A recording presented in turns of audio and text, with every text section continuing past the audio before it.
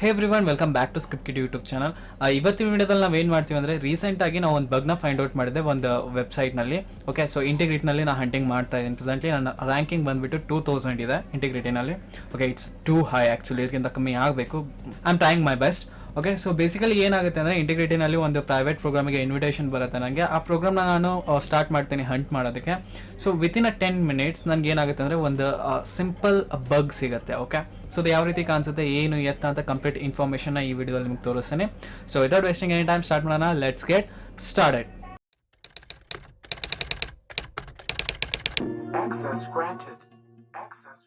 ನೀವು ನೋಡ್ಬೋದು ಸ್ಕ್ರೀನ್ ಮೇಲೆ ಏನು ಕಾಣಿಸ್ತಾ ಇದೆ ಅಂದರೆ, https a.b.target.de/user redirect URL. ಅದಾದ್ಮೇಲೆ ರೀಡೈರೆಕ್ಟ್ ಮಾಡ್ತಾ ಇದೆ ಇನ್ನೊಂದು URLಗೆ https another subdomain.target.de. Okay, this is how it looks. ಇದು ನಮ್ದು ಆಕ್ಚುಲಿ ಏನಪ್ಪಾ ಅಂದ್ರೆ ವಲ್ನರಬಲ್ ಎಂಡ್ ಪಾಯಿಂಟ್. ಇಲ್ಲಿ ಏನಿದೆಯಲ್ಲ, ಸೊ ಇದು ನಮ್ದು ಏನಪ್ಪಾ ಅಂದ್ರೆ ವಲ್ನರಬಲ್ ಎಂಡ್ ಪಾಯಿಂಟ್. ಇಲ್ಲಿ ಏನಾಗ್ತಾ ಇತ್ತು ಅಂದ್ರೆ, ಇದು ವೈಟ್ ಲಿಸ್ಟ್ ಮಾಡ್ಕೊಂಡು ಇಟ್ಕೊಂಡಿತ್ತು. ವೈಟ್ ಲಿಸ್ಟ್ ದಾಟ್ ಮೀನ್ಸ್ ಈ target.de ಒಳಗಡೆ ಎಷ್ಟು ಸಬ್ ಡೊಮೈನ್ಸ್ ಗಳಿದಾವೋ ಆ ಸಬ್ ಡೊಮೈನ್ಸ್ ಗಳಿಗೆ ಮಾತ್ರ ಇದು ಏನ್ ಮಾಡ್ಬೇಕಂದ್ರೆ ರೀಡೈರೆಕ್ಷನ್ ಕೊಡಬೇಕು. ಇಲ್ಲ ಅಂತಂದ್ರೆ ರೀಡೈರೆಕ್ಷನ್ ಕೊಡಬಾರ್ದು. ಆ ರೀತಿ ಏನ್ ಮಾಡಿದೆ ಅಂದ್ರೆ ಇದು ವೈಟ್ ಲಿಸ್ಟ್ ಮಾಡಿ ಇಟ್ಕೊಂಡಿದೆ. ಲೈಕ್ another subdomain.target.com.de ಅಂತ ಇದೆಯಲ್ಲ. If I change this thing, okay, so ಇದು ಇಲ್ಲೇ ಇರಲಿ. ಓಕೆ, ಸೊ ಇದು ಒರಿಜಿನಲ್ URL ಅಂತ ಇಟ್ಕೊಳ್ಳೋಣ. ಟಾರ್ಗೆಟ್ ಅಂತ ಇದಕ್ಕೆ ಯೂಸ್ ಮಾಡ್ತಾ ಇದೆ ಅಂದ್ರೆ, ಬೇಸಿಕಲಿ ನಾವು ಪರ್ಮಿಷನ್ ಇರೋದಿಲ್ಲ. ಒರಿಜಿನಲ್ ಟಾರ್ಗೆಟ್ ಇಂದ ನಮ್ದು ಏನಿದೆ ವೆಬ್ಸೈಟ್ ನೇಮ್ನ ನಾವು ರಿವೀಲ್ ಮಾಡುವಂತಿಲ್ಲ. ಓಕೆ, ಸೊ ಡಿಸ್ಕ್ಲೋಸರ್ ಪಾಲಿಸಿ ಇರುತ್ತೆ, ರೈಟ್. ಸೊ ಅದಕ್ಕೋಸ್ಕರ ಇಲ್ಲಿ target.de ಅಂತ ಯೂಸ್ ಮಾಡ್ತಾ ಇದ್ದೀನಿ. ಓಕೆ, ಸೊ ಇಲ್ಲಿ ಏನು ಮಾಡ್ತಾ ಇದೆ ಇದು ಬೇಸಿಕಲಿ ಅಂತಂದ್ರೆ ವೈಟ್ ಲಿಸ್ಟ್ ಮಾಡಿ ಇಟ್ಕೊಂಡಿದೆ. ಇಲ್ಲಿ ಯಾವ್ದು ವೆಬ್ಸೈಟ್ ನೇಮ್ ಕೊಡ್ತೀವೋ ಅದಕ್ಕೆ ಅದು ರೀಡೈರೆಕ್ಟ್ ಮಾಡುತ್ತೆ. ಬಟ್ ವೈಟ್ ಲಿಸ್ಟ್ ಮಾಡಿ ಇಟ್ಕೊಂಡಿರುವಂತಹ ಕಾರಣದಿಂದಾಗಿ, ಓಕೆ, ಸೊ ಇದ್ರದ್ದು ಸಬ್ ಡೊಮೈನ್ಸ್ಗಳು ಏನಿದಾವೆ ಅದಕ್ಕೆ ಮಾತ್ರ ಅದು ಏನು ಮಾಡ್ತಾ ಇದೆ ಅಂದ್ರೆ ರೀಡೈರೆಕ್ಷನ್ ಕೊಡ್ತಾ ಇದೆ. ಓಕೆ, ಸೊ ನಾ ಏನು ಮಾಡಿದೆ ಅಂದ್ರೆ ಇದನ್ನ ಚೆಕ್ ಮಾಡೋದಕ್ಕೋಸ್ಕರ ಸಿಂಪಲ್ ಆಗಿ ಚೇಂಜ್ ಮಾಡಿದೆ ಪೇಲೋಡ್ನಲ್ಲಿ. ಓಕೆ, ಸೊ ರೀಡೈರೆಕ್ಟ್ URL ನ ಇದ್ದಿದ್ದನ್ನ ನಾನು ಏನು ಮಾಡಿದೆ, https google.com ಅಂತ ಕೊಟ್ಬಿಟ್ಟು ಎಂಟರ್ ಕೊಟ್ಟೆ. ಬಟ್ ಸ್ಟಿಲ್ ಇದು ಏನು ಮಾಡ್ತು ಅಂದರೆ ನನಗೆ ರೀಡೈರೆಕ್ಷನ್ ಕೊಡಲಿಲ್ಲ. Okay, so it showed me error. Okay, so ಅದು ಬ್ಲಾಕ್ ಮಾಡ್ತಾನೆ ನನ್ನ ರಿಕ್ವೆಸ್ಟ್ನ ಆ್ಯಕ್ಚುಲಿ. ಓಕೆ, ಸೊ ಇಲ್ಲಿ ನನಗೆ ಯಾವುದೇ ರೀತಿಯಾದಂತಹ ರೀಡೈರೆಕ್ಷನ್ ಸಿಗಲಿಲ್ಲ.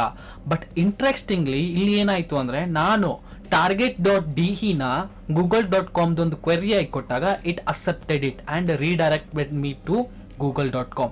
ನಾ ಏನು ಅದೇ ಅಂದರೆ ರೀಡೈರೆಕ್ಟ್ ಆದೆ google.comಗೆ. ಯಾವ ರೀತಿ ಕ್ವೆರಿ ಆಗಿ ಕನ್ವರ್ಟ್ ಮಾಡಿದ್ವಿ, $target.de. That's it. Okay, so ಇಷ್ಟು ಕೊಟ್ಟಾದ್ಮೇಲೆ ಏನಾಯಿತು ಅಂತಂದರೆ, ನಾನು ಈ ಟಾರ್ಗೆಟಿಂದ google.comಗೆ ರೀಡೈರೆಕ್ಟ್ ಆದೆ. ಸೊ ಇಲ್ಲಿ ವಲ್ನರಬಿಲಿಟಿ ಎಲ್ಲ ರೈಸ್ ಆಯ್ತು ಗುರು. ಓಕೆ, google.comಗಲ್ಲ ನೀವು ಹೋಗಿರೋದು. ಸೊ ಪ್ರಾಬ್ಲಮ್ ಏನಾಯಿತು ಇವಾಗ. ಓಕೆ, ಸೊ ಈ ಟಾರ್ಗೆಟ್ ಈ URL ನಾನು ಇವಾಗ ಏನು ಮಾಡ್ತೀನಿ, ಸೋಷಿಯಲ್ ಇಂಜಿನಿಯರಿಂಗ್ನಲ್ಲಿ ಯೂಸ್ ಮಾಡ್ತೀನಿ ಅಂತ ಇಟ್ಕೊಳ್ಳೋಣ. ಓಕೆ, target.de ಯೂಸರ್ನದ್ದು ಅಕೌಂಟ್ನ ನಾನು ಹ್ಯಾಕ್ ಮಾಡಬೇಕಾಗಿದೆ. ಸೊ ಅದಕ್ಕೋಸ್ಕರ ನಾನು ಏನು ಮಾಡ್ಬೋದು ಅಂದರೆ, ಈ URLನ ನಾನು ಏನು ಮಾಡ್ಬೋದು, ಸೋಷಿಯಲ್ ಇಂಜಿನಿಯರಿಂಗ್ನಲ್ಲಿ ಯೂಸ್ ಮಾಡ್ಕೋಬೋದು. That one thing.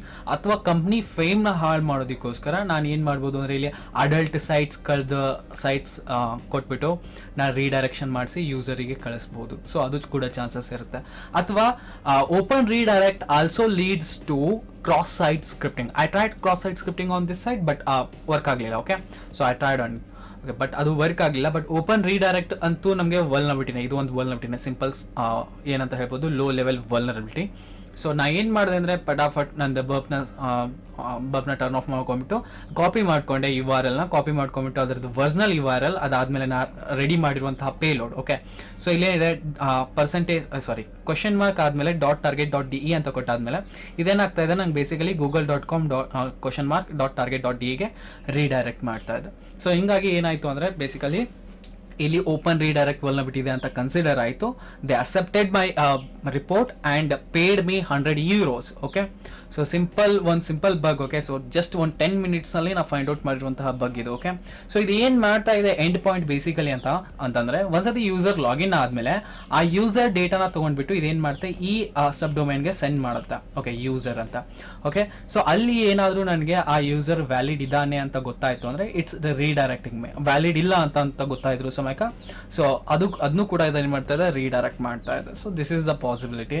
Okay, so ಹೀಗಾಗಿ ನಾನು ಏನು ಮಾಡಿದೆ ಅಂದರೆ, ಈಸಿಯಾಗಿ ಓಪನ್ ರಿಡೈರೆಕ್ಟ್ನ ಫೈಂಡ್ ಔಟ್ ಮಾಡಿದೆ ಈ ಎಂಡ್ ಪಾಯಿಂಟ್ನಲ್ಲಿ. ಸೊ ಅವರಿಗೆ ಸಬ್ಮಿಟ್ ಮಾಡಿದೆ, they accepted it and paid May €100. So simple ಇತ್ತಲ್ಲ. ಸೊ ಈ ರೀತಿ ನೀವು ಬಗ್ ಹಂಟಿಂಗ್ ಕಲ್ತ್ಕೋಬೇಕು, ಈ ರೀತಿ ನೀವು ಹ್ಯಾಕಿಂಗ್ ಕಲ್ತ್ಕೋಬೇಕು. ಇದು ಸಿಂಪಲ್ ವೇ. ಇನ್ನೊಂದಿದೆ, ಇದಕ್ಕಿಂತ ಸಿಂಪಲ್ ವೇ ಇದೆ. ರೀಸೆಂಟಾಗಿ ಫೈಂಡ್ ಔಟ್ ಮಾಡಿರುವಂತಹ ಬಗ್, it can take over account. Okay, so user ಅಕೌಂಟ್ನ ಕಂಪ್ಲೀಟ್ಲಿ ಟೇಕ್ ಓವರ್ ಮಾಡುತ್ತೆ. Okay, so I reported it, they are not responding. Okay, so ಇದು ಆ್ಯಕ್ಚುಲಿ ಕ್ರೌಡೆಡ್ ಪ್ಲಾಟ್ಫಾರ್ಮಲ್ಲಿ ಹೋಸ್ಟ್ ಇಲ್ಲ ಆ ಸೈಟ್. ಸೊ ನಾನೇ ಖುದ್ದಾಗಿ ಸಪ್ರೇಟ್ ಒಂದು ಸೋರ್ಸಿಂದ ಫೈಂಡ್ ಔಟ್ ಮಾಡಿರೋದು. And it's also India's one of the biggest job finder website. Okay, so ಇಂಡಿಯಾದಲ್ಲೇ ಈಗ indeed ಅಂತ ಬರುತ್ತೆ, ಲಿಂಕ್ಡ್ಇನ್ ಅಂತ ಬರ್ತವೆ. ಸೊ ಈ ರೀತಿ ವೆಬ್ಸೈಟ್ ಇದಾವಲ್ಲ, ಅದೇ ರೀತಿ ಇದು ಕೂಡ one of the India's biggest job finder website. So okay, so ಆ ವೆಬ್ಸೈಟ್ನಲ್ಲಿ ನಾನು ರೀಸೆಂಟಾಗಿ ಒಂದು account take over ವಲ್ನಬಿಲಿಟಿನ find out ಮಾಡಿದ್ದೀನಿ. ಐ ರಿಪೋರ್ಟೆಡ್ ದೆಮ್, ಬಟ್ ಅವ್ರೇನು ರೆಸ್ಪಾಂಡ್ ಮಾಡ್ತಾ ಇಲ್ಲ. Let's see what happens. So ಅವ್ರೇನು ರಿಪೋರ್ಟ್ ಮಾಡಿಲ್ಲ ಅಂದರೂ ಕೂಡ ನಾನು ನೆಕ್ಸ್ಟ್ ವೀಡಿಯೋದಲ್ಲಿ ಆ account take over, okay, so user account ಯಾವ ರೀತಿ ಟೇಕ್ ಓವರ್ ಆಗ್ತಾ ಇತ್ತು ಅನ್ನೋದ್ರ ಮೇಲೆ ಕಂಪ್ಲೀಟ್ ವೀಡಿಯೋನ ಮಾಡಿಬಿಟ್ಟು ಹೇಳ್ತೀನಿ. ಓಕೆ, ಸೊ ಈ ರೀತಿ ನೀವು ಹ್ಯಾಕಿಂಗ್ ಕಲ್ತ್ಕೋಬೇಕು, ಈ ರೀತಿ ನೀವು ಬಗ್ ಹಂಟಿಂಗ್ ಕಲ್ತ್ಕೋಬೇಕಂದ್ರೆ ನಾವು ಏನು ಮಾಡ್ತಾ ಇದ್ದೀವಿ, ಒಂದು ಕೋರ್ಸ್ನ ಲಾಂಚ್ ಮಾಡ್ತಾ ಇದ್ದೀವಿ ನಮ್ಮದೇ ಆದಂತಹ ವೀಡಿಯೋ, ನಮ್ಮದೇ ಆದಂತಹ ವೆಬ್ಸೈಟ್ನಲ್ಲಿ. ಸೊ ಹೋಗ್ಬಿಟ್ಟು ಕಮೆಂಟ್ ಸೆಕ್ಷನಲ್ಲಿ ನೀವು ನಮ್ಮ ವೆಬ್ಸೈಟ್ನ ಆಕ್ಸೆಸ್ ಮಾಡ್ಕೋಬೋದು. ಡಿಸ್ಕ್ರಿಪ್ಷನಲ್ಲಿ ಕೂಡ ನಮ್ಮದು ವೆಬ್ಸೈಟಿನ ಲಿಂಕ್ ಕೊಟ್ಟಿರ್ತೀನಿ. ಓಕೆ, ಸೊ ಅದ್ರದ್ದು ಬೇಸಿಕ್ ಕೋರ್ಸ್ನ ಲಾಂಚ್ ಮಾಡ್ತಾ ಇದ್ದೀವಿ ಜಸ್ಟ್ ₹599. ಓಕೆ, ಸೊ ಆಗಸ್ಟ್ 20 ಒಳಗಡೆ ಯಾರ್ಯಾರು ಪರ್ಚೇಸ್ ಮಾಡ್ತಿರೋ ಅವರಿಗೆ 100 ಯೂಸರ್ಸ್ಗಳಿಗೆ ನಾವು ಏನು ಮಾಡಿದ್ದೀವಿ, ₹599 ಅದನ್ನ ಇಟ್ಟಿದ್ದೀವಿ.